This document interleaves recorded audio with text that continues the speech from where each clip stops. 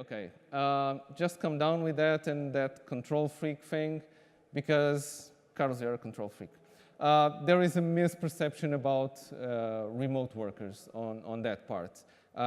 Essentially because, well, in some ways you can see them physically. There are some offices that have a camera and you can look at the other side, but that's a bit Big Brother in some way. And people are concerned that you're not sitting at your desk doing work and they're not getting anything done. But the thing is, I have worked in companies where people were there until 8 p.m. and I can bet that from 5 till 8 p.m. they weren't really working. They were just on their seats because it seemed bad as leaving at 5 or something like that. So you don't need to worry about that. So how can I make sure at what time they are working? Okay, that's another thing. And another way that I wouldn't call it any other way as control, but communication, is, as an example, very simple thing. Have a team calendar, okay? That you're responsible to put your holidays, your meetings, any compromise you have for the next following weeks, okay? It's really, if you want to go to the doctor, just put it there, okay? What matters is what you get done. But there's another, Carlos, there's another important myth that we have to cut, is that remote means always available, okay? And this is two-edged sword, even for who is working, especially. This happened to me a lot of times at the beginning, especially because you feel that you're not working from the office. It's a bonus in some way. So I think remote workers should be encouraged to decide on and communicate the available hours. You should take proper lunch breaks and physically turn off. There are some people that say you should have different spaces for doing different things if you're working from home, but you should have, even working from home, you should have a proper work-life separation. And it's still very possible even the office being at your home. So find just a different space to disconnect and don't feel bad about not being always available, okay? That's a battle that I still do nowadays. And some people are wary of remote teams because they fear a lack of, that you lose a bit, that the company culture suffers, okay? It's true that you won't have certain interactions like the coffee machine ones. Yeah, you lose a bit of that, but you can create that space online too. So there are social moments that you can create online with your team. We'll get there. So, I can imagine that trust is harder in remote teams. Do you have any advices on how to build trust when people are remote?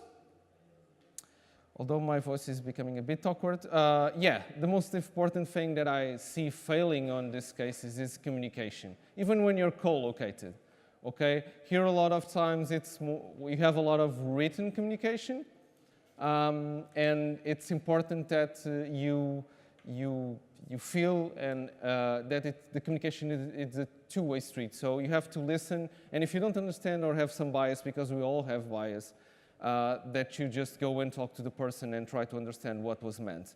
But with that in mind, one thing that's really important is to have FaceTime. So even on the full remote companies, there are some events during the year that you gather everyone around, okay? It's important for you to have human contact. I have been in projects that unfortunately there was no FaceTime with the client, as I do consultancy. And the project suffered. So in order to create communication, empathy, it's much more difficult. So whenever you can, have some FaceTime, especially at the beginning of the project. It's good to shake hands, to talk a bit about your personal life, engage. But if not, it's still possible. So that means treating everyone the same way, being there remote or not, right? Okay, that's a really important point. So it's fundamental to offer challenging and interesting work to all the teams. So what you see, and unfortunately nowadays, is that a lot of offshore teams are still treated like second-class citizens, okay? So that's a battle that anyone sitting on those teams, it's important to push back and you as a manager, or if you're hiring remote people, treat them all as equal, So, imagine I'm starting a company today. That means FaceTime isn't viable all the time. So how can I move forward with this, my idea? Okay, so video chat is a really powerful tool. I remember back in the days of IRC when you wanted to see the other person on the other side and it wasn't possible. Thankfully, nowadays with the broadband we have, it's really important because imagine you're having a meeting and you can see the other person's visual communication. Okay, so the faces you do, it's really important about from just hearing your voice. So written communication at a high level, spoken communication, then the visual one, it's really important. You get a lot of clues of what's happening on the other side. Okay? So keep the camera on, please. That's really important. You can have a bad hair day, okay? You can be on your panties only, as long as the other guys don't see it. It happened to me to see one of my colleagues' panties one time, unfortunately. But keep the camera on. Come on, we want to see you. That's how you create connection, okay? Even on a digital way, look into each other's eyes. That's really important. So, what you're saying is, even if the people are in the office, they're on the meeting room, how can I do this? So, really important thing that happens a lot. If one person is remote, you should have everybody remote. What do I mean by this?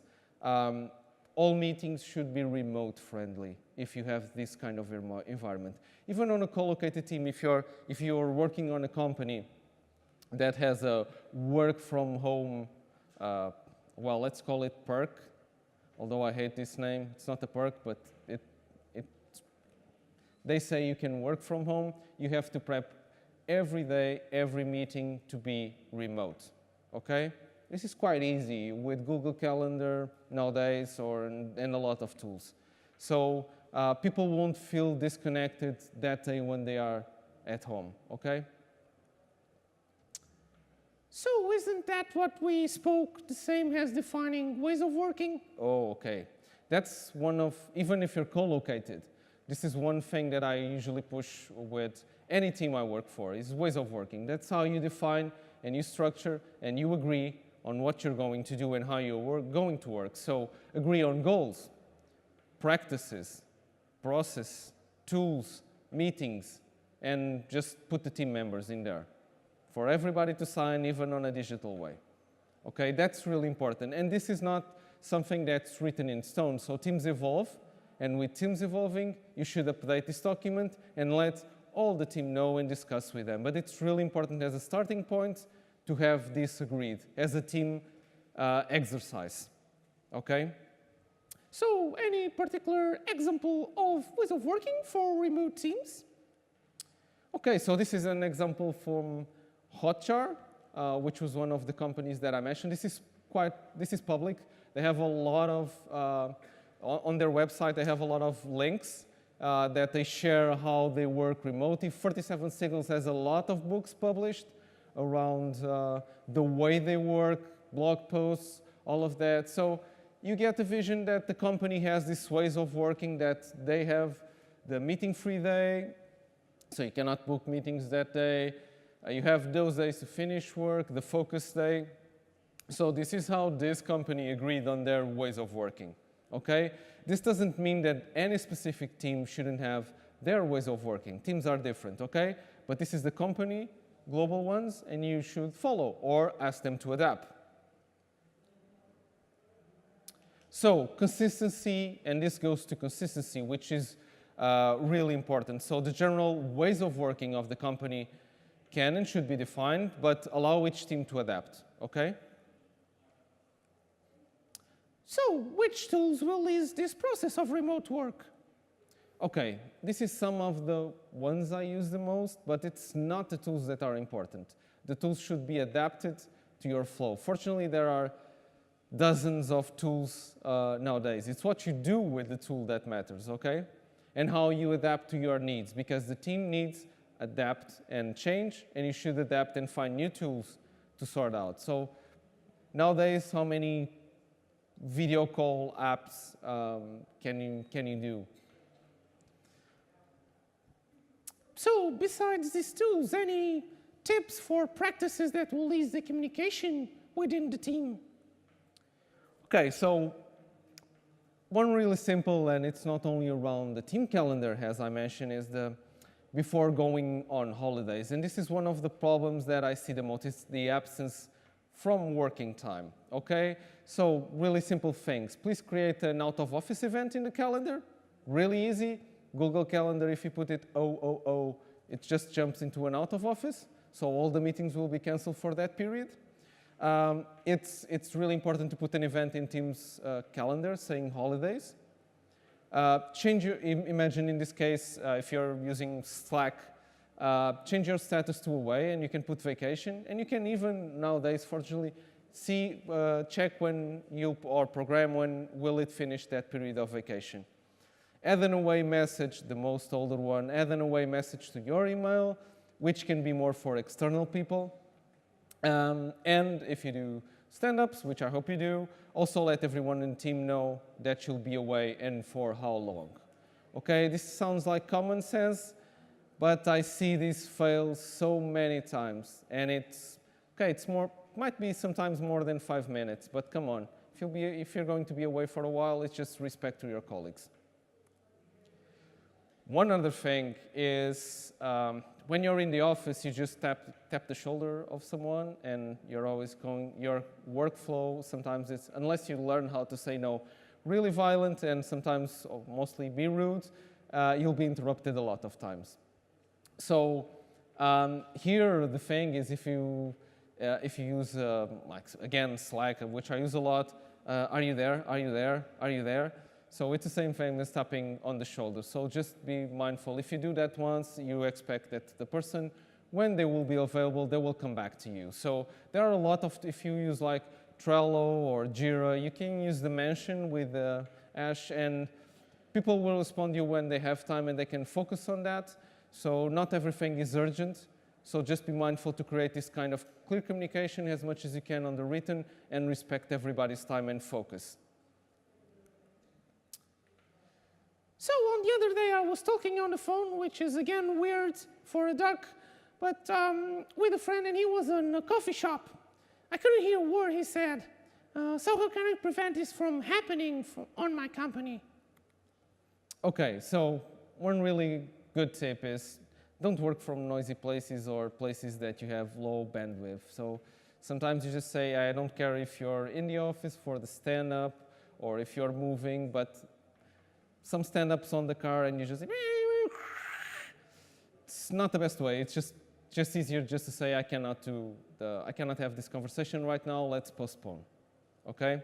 So, but if you aren't on a noisy place and you have a good broadband connection, please try to use a good headset or be in a really silent place. And just be aware to check out if the person on the other side is hearing you properly.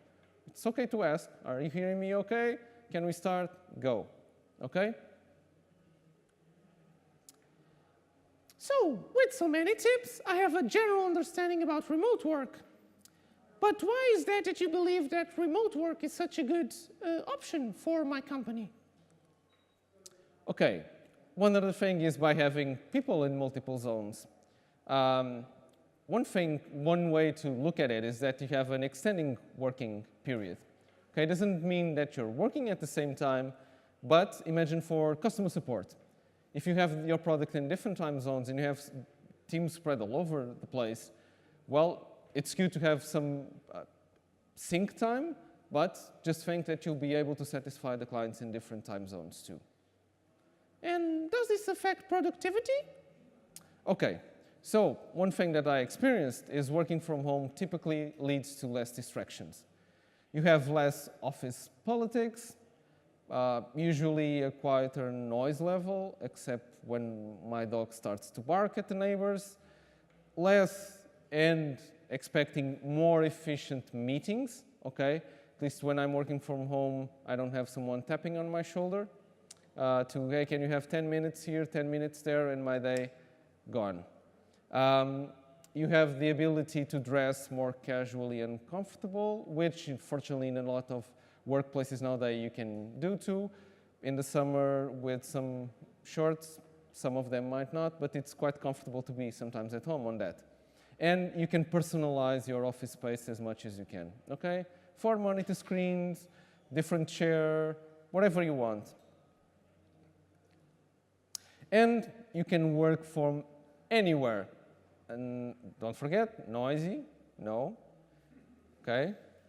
Be available, and if the broadband in the bathroom is okay, that's fine. I had a lot of Slack calls on the bathroom. And so the thing is, you shouldn't be, there's a colleagues of mine are thinking that I had some calls with them from the bathroom. But as long as you feel comfortable and you do your job, I don't really care where you are, okay? So, what still bothers me is how can we manage to work together with people in different time zones? What's your experience on this? Okay, agree on working hours, okay? Don't expect people to start at 2 p.m. just because they want to match your time zone. You can embrace communication. As I mentioned, just use the mention. Pass the communication really well in terms of how you write it. If possible, make time for some sync meetings. The rest you can work async, okay? Plan ahead, avoid decisions at the 11th hour, at the last minute. It may seem like extra work, but well, it will actually pay off to be more organized if you're working this way. So I understand the value of remote work, but I still have some doubts. How can I work? How can I have difficult meetings like retrospectives remotely? Okay, first of all, and again, is the rule of one remote, all remote, okay? In this case, taking as an example, retrospective. Because you'll need to prep this to make available for everyone to feel welcome. Fortunately nowadays, there's shitloads of online tools with an easy login that you can use. I love to use Trello because you can custom to a lot of remote exercises with this, but there's Retrium. Well, just look online, okay? There's a lot of them and for free, most of them. But there's a lot of things that you should prep for. This is the 8 principles for remote retrospectives. So designed to equalize participation. If you set up a game, make it that's playable for everyone that's participating. Structure. So if possible, send on the invite the structure that you're going to follow, a simple agenda, what you're expecting for the retrospective. Enhance or replace visual cues. One technique is to use Post-its. Imagine you have 10 people all remote, and well, it's hard to put your hand in the air or just talk on top of each other, so you can use visual clues like, I want to talk, or 5-minute break, whatever. Just use Post-its. It's easier for the facilitator to have everybody on the same page and just push the conversation to whoever wants to step in. It's really important to help remember who's there, okay? So at the beginning, just start by describing or mentioning who's on the call so that everybody's aware. If someone jumps in whenever you have a break as a facilitator, just let know that Carlos stepped in the conversation, okay? So that the others are aware of that, even though they can see their faces. But it's important as a facilitator to do that. Actively engage people. What happens is that probably you're feeling that the person is on the retrospective, but it's not physically there because it's on another computer screen. It's looking at code, YouTube video. Okay, so that's why video, it's so important to look where the eyes and if people are following, but just push people to actively engage on the conversation. So if you feel that someone is rather silent on the conversation, ask for their opinion. So pull them into the conversation, okay? Oh, sorry. Use a back channel, so it's good to have a backup. Sometimes tools fail by a lot of problems, downtime can happen. So just have a backup for whatever you're doing.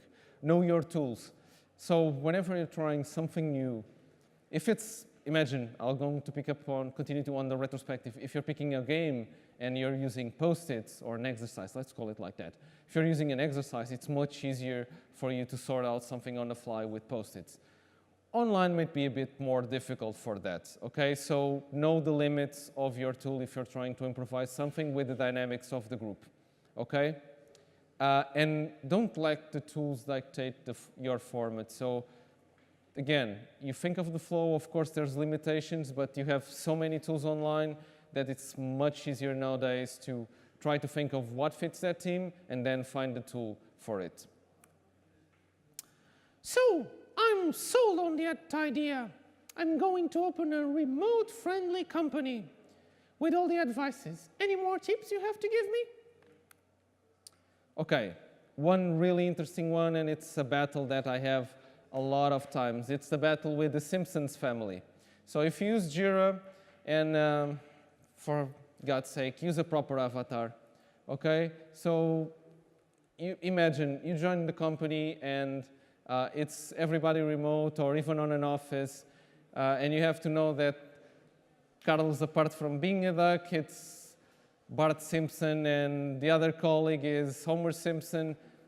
Come on, show your face, okay? It's much easier to create a connection. You might not be beautiful, you can put a bit of Photoshop, but at least put your face. It's much easier to create a connection when you're not looking at the person, not on a video chat, you don't know him, but you'll recognize his face the next time you see him.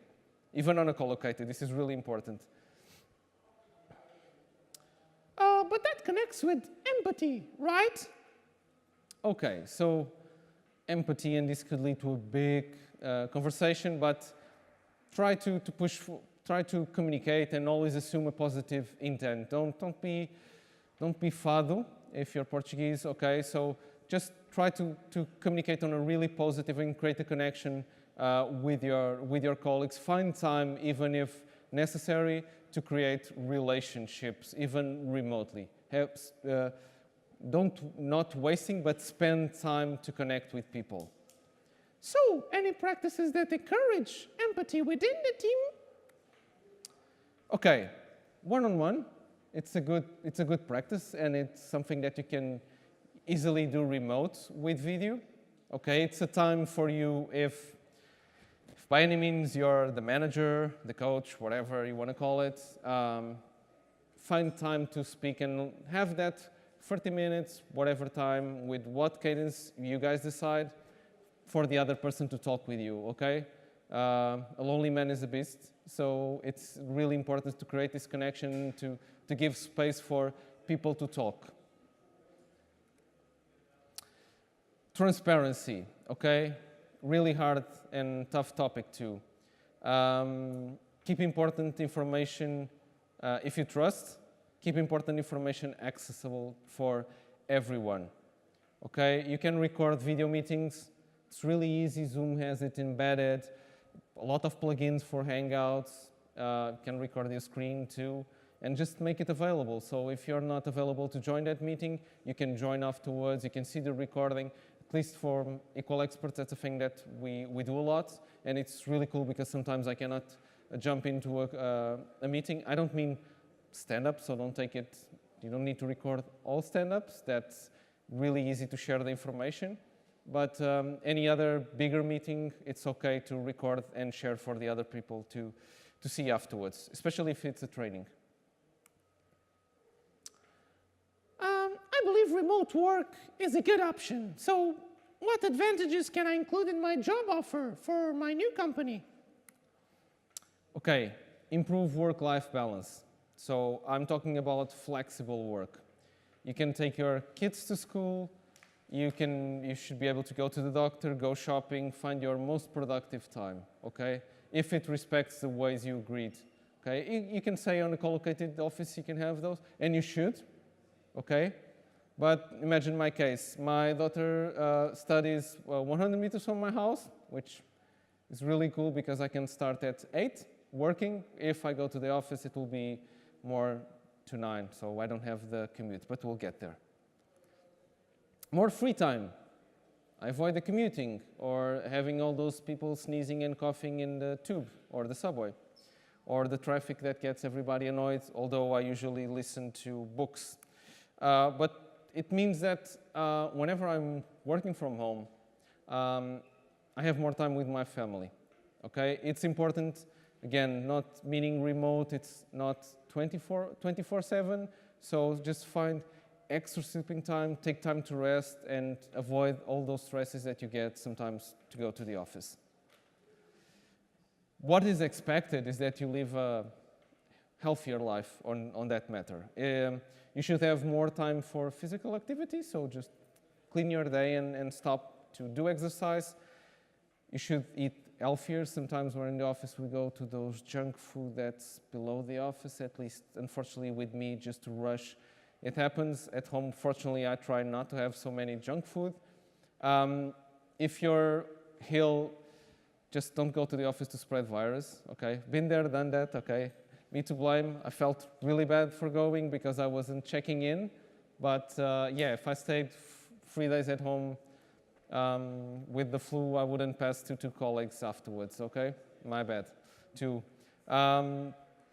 Option to create a comfortable and ergonomic space. There are really good offices nowadays, and people are taking every day more care of that, about employee satisfaction and how you feel in the workspace. Still, at home, you can find your workspace, and that doesn't have to be the same as your colleague to decide.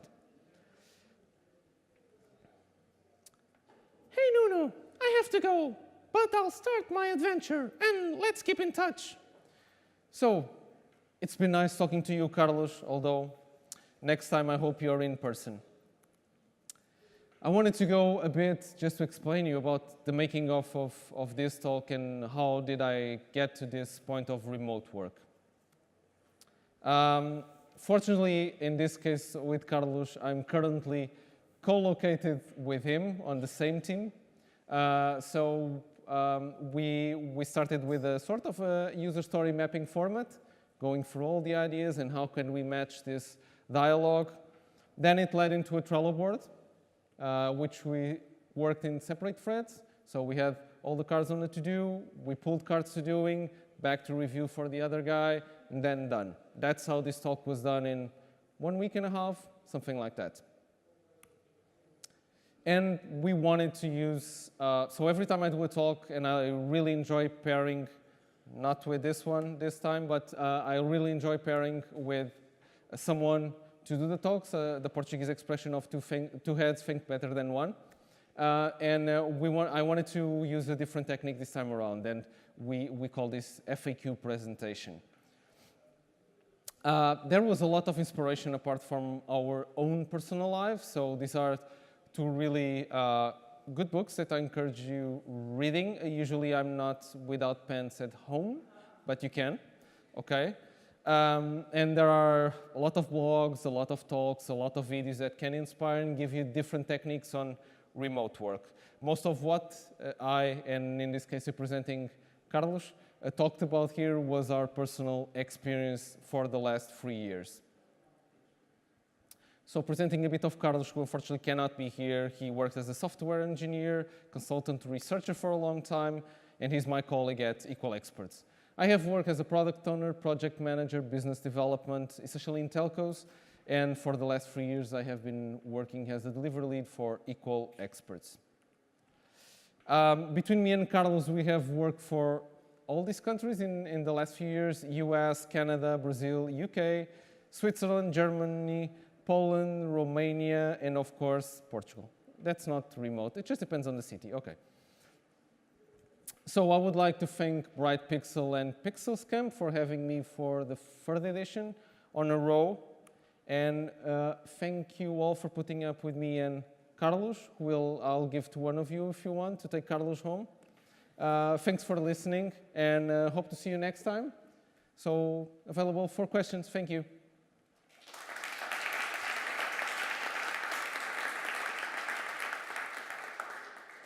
Any questions? Go for it. So, like, this is like... Probably you should talk. No, go for it. Okay. Well, the main question is, all of these things mainly require someone that has responsibilities, is not a kid anymore, it takes the work seriously, etc., right?